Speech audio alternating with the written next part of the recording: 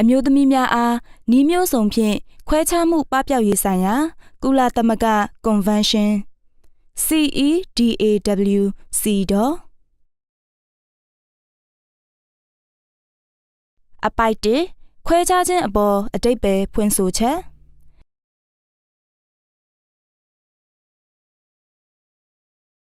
အမျိုးသမီးများအားလိင်အပေါ်အခြေခံ၍ခွဲခြားခြင်းထုတ်ပယ်ခြင်းချုပ်ချယ်ခြင်း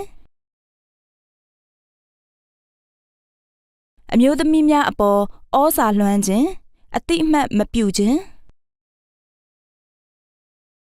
အမျိုးသမီးများအားအသုံးပြုခြင်းအနှောက်အယှက်ပြုခြင်း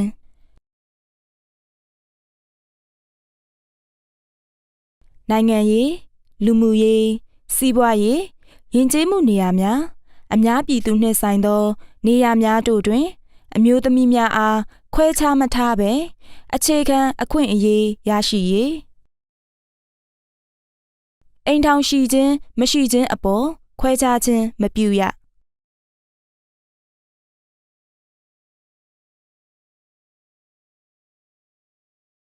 အပိုက်နှင့်နိုင်ငံရေးအရဆောင်ရွက်မှုများ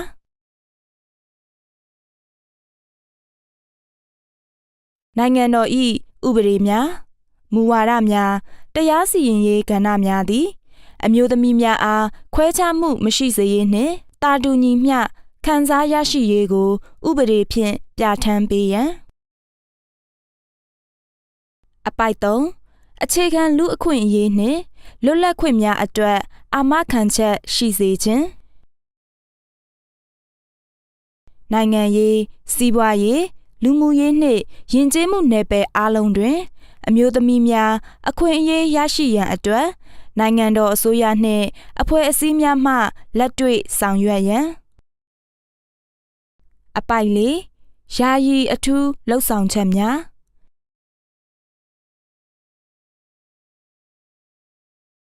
အမျိုးသမီးများတန်းတူရည်တူအခွင့်အရေးရရှိမှုကိုအရှိန်မြှင့်တင်ရန်အမျိုးသမီးများပါဝင်လာနိုင်ရေးအရှိန်မြင့်တင်ဆောင်ရွက်ရန်အတွက်အစိုးရကယာယီအထူးလှုပ်ဆောင်ချက်များဆောင်ရွက်ရန်အပိုက်5ရှေးရိုးအယူအဆနှင့်နှိမ့်ချခွဲခြားဆက်ဆံမှု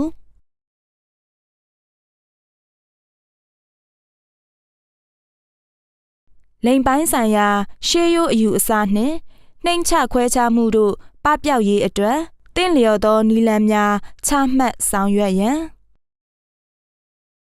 ကလေးများကိုပြုစုပျိုးထောင်ရာတွင်ရိုးရာဓလေ့အစဉ်အလာများကိုပြုပြင်ပေးရန်